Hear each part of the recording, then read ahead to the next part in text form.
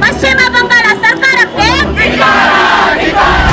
August 9ರಂದು Kolkata ಅರ್ಜಿಕರ್ medical ಕಾಲೇಜಿನಲ್ಲಿ ವೈದ್ಯ ವಿದ್ಯಾರ್ಥಿನಿ ಆಸ್ಪತ್ರೆಯಲ್ಲಿ ಕರ್ತವ್ಯ ನಿರ್ವಹಿಸುತ್ತಿದ್ದಾಗ ಪಾಪಿಗಳು ಅತ್ಯಾಚಾರ ನಡೆಸಿ ಕೊಲೆ ಮಾಡಿದ್ದಾರೆ. ಇದು ಇಡೀ ದೇಶವೇ ತಲೆ ತಗ್ಗಿಸುವ ಘಟನೆ.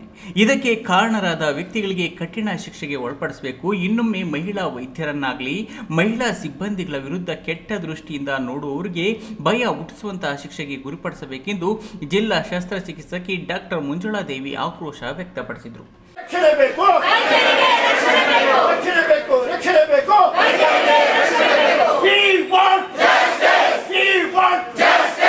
ಕೋಲ್ಕತ್ತಾ ಮಹಿಳಾ ವೈದ್ಯಕೀಯ ಆದ ಅನ್ಯಾಯದ ವಿರುದ್ಧ ಜಿಲ್ಲೆಯಲ್ಲೂ ಎಲ್ಲ ವೈದ್ಯರು, ನರ್ಸಿಂಗ್ ಸ್ಟಾಫ್, ಮೆಡಿಕಲ್ ವಿದ್ಯಾರ್ಥಿಗಳು ಸೇರಿ ಒಪಿಡಿ ಬಂದ್ ಮಾಡಿ ಜಿಲ್ಲಾಧಿಕಾರಿಗಳಿಗೆ ಮನವಿ ಸಲ್ಲಿಸಿದ್ದೇವೆ. ಇಂದು ಒಂದು ದಿನ ಮಾತ್ರ ಒಪಿಡಿ ಬಂದ್ ಮಾಡಲಾಗಿದ್ದು, ನಾಳೆಯಿಂದ ಎಂದಿನಂತೆ ಆಸ್ಪತ್ರೆಗಳ ಎಲ್ಲ ವಿಭಾಗಗಳು ಕಾರ್ಯನಿರ್ವಹಿಸುತ್ತವೆ ಎಂದರು. ಇವತ್ತು ಏನು ಕಲ್ಕತ್ತಾ ಇನ್ಸಿಡೆನ್ಸ್ ಆಗಿದೆ, ಒಂದು ಮಹಿಳಾ PG ಸ್ಟೂಡೆಂಟ್ ಮೇಲೆ ಅತ್ಯಾಚಾರ ಎಸಗಿದ್ದಾರೆ. ಇದು ಖಂಡನೀಯ. ಹೇಳಬೇಕು ಅಂದರೆ ನಮ್ಮ ಆರೋಗ್ಯ ಇಲಾಖೆಯಲ್ಲಿ ಹೆಚ್ಚಿನದಾಗಿ ಮಹಿಳೆಯರು ಕೆಲಸ ಮಾಡ್ತಾ ಇರ್ತಾರೆ. ವೈದ್ಯರು, ಇತರೆ ಸಿಬ್ಬಂದಿ ಹೆಚ್ಚಿನದಾಗಿ ಮಹಿಳೆಯರು ಇರುವ ಇಲಾಖೆ ಇದು.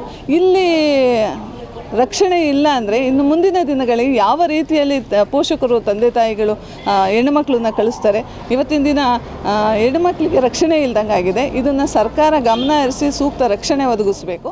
ಇನ್ನು ಖಾಸಗಿ ಆಸ್ಪತ್ರೆಗಳ ವೈದ್ಯರ ಪರವಾಗಿ ಮಾತನಾಡಿದ ಮಾನಸ ಆಸ್ಪತ್ರೆಯ ವೈದ್ಯಾಧಿಕಾರಿ ಡಾಕ್ಟರ್ ಮಧುಕರ್ ಮಾತನಾಡಿ, ಎಷ್ಟೋ ಜೀವ ಉಳಿಸುವ ವೈದ್ಯರನ್ನೇ ಜೀವ ಸಮಾಧಿ ಮಾಡಿದ್ದು ಅಘೋರ, ಪದಗಳಲ್ಲಿ ವರ್ಣಿಸಲಾಗದಷ್ಟು ಅನ್ಯಾಯ. ಇಂತಹ ಘಟನೆಗಳಿಂದ ಆಸ್ಪತ್ರೆಗಳಲ್ಲಿ ಕಾರ್ಯನಿರ್ವಹಿಸುವ ಮಹಿಳಾ ಸಿಬ್ಬಂದಿ ಭಯಭೀತರಾಗಿದ್ದಾರೆ. ಹೇಗೆ ಕೆಲಸಕ್ಕೆ ಬರೋದು ಅನ್ನೋ ಚಿಂತೆಯಲ್ಲಿ ತೊಡಗಿದ್ದಾರೆ. ಆರೋಗ್ಯ ರಕ್ಷಣೆಯಲ್ಲಿ ತೊಡಗಿರುವ ವೈದ್ಯರು ಮತ್ತು ಸಿಬ್ಬಂದಿಗೆ ಸರ್ಕಾರ ಭದ್ರತೆ ಒದಗಿಸಬೇಕಿದೆ ಎಂದು ಒತ್ತಾಯಿಸಿದರು. ಜೀವ ಉಳಿಸಬೇಕಾಗಿರೋ ಒಂದು ವೈದ್ಯ, ಆ ಹುಡುಗಿ ಇವತ್ತಿಗೆ ಒಂದು ವೈದ್ಯ ಆಗಿ ನಾಳೆ ಬಂದಿದ್ರೆ ಸಾವಿರಾರು ಜೀವಗಳು ಉಳಿಸ್ತಾ ಇದ್ಲು. ಅಂಥ ಒಂದು ವೈದ್ಯ ಮೇಲೆ ಅತ್ಯಾಚಾರ ಆಗಿ ಅಮಾನುಷವಾಗಿ ಕೊಲೆ ಮಾಡಿದ್ದಾರೆ. ನಮ್ಮ ಮಕ್ಕಳು, ನಮ್ಮ ತಂಗಿಯರು, ನಮ್ಮ ಮನೆಯವರೇ ಡಾಕ್ಟರ್ಸ್ ಆಗಿ ಓದ್ತಾ ಇದ್ದಾರೆ. ಅವ್ರುಗಳೆಲ್ಲ ಇವಾಗ ಯಾವ ಧೈರ್ಯದಲ್ಲಿ ನಾವು ಕೆಲಸಕ್ಕೆ ಹೋಗಬೇಕು ಅಂತ ಕೇಳ್ತಾ ಇದ್ದಾರೆ. ನಮ್ಮ ಆಸ್ಪತ್ರೆಗಳಲ್ಲಿ ವರ್ಕ್ ಮಾಡೋ ಸ್ಟಾಫು, ಸರ್ ನಮಗೆ ಕೆಲಸಕ್ಕೆ ಬರೋಕ್ಕೆ ಭಯ ಆಗುತ್ತೆ ಅಂತಿದ್ದಾರೆ.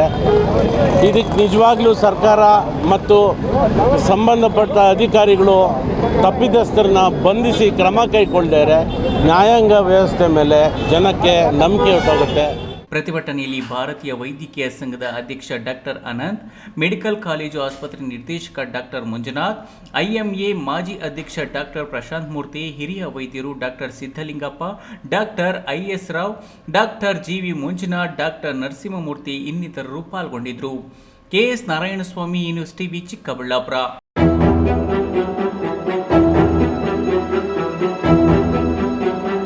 ರಕ್ಷಣೆ ಬೇಕು.